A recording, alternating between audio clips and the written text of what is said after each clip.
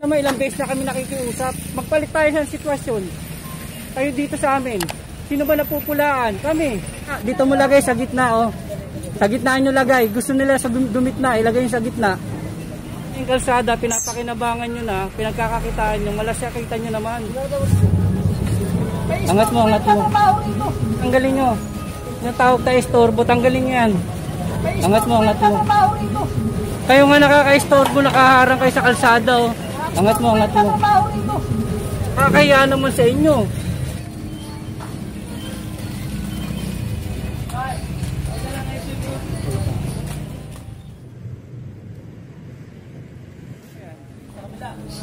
Kuya, di ba sinabihan na kayo huwag niyo tatakpan yung drainage?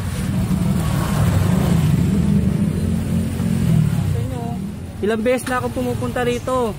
Kinasabihan kayo, hindi kayo nakikinig. Wala akong pera dito talaga.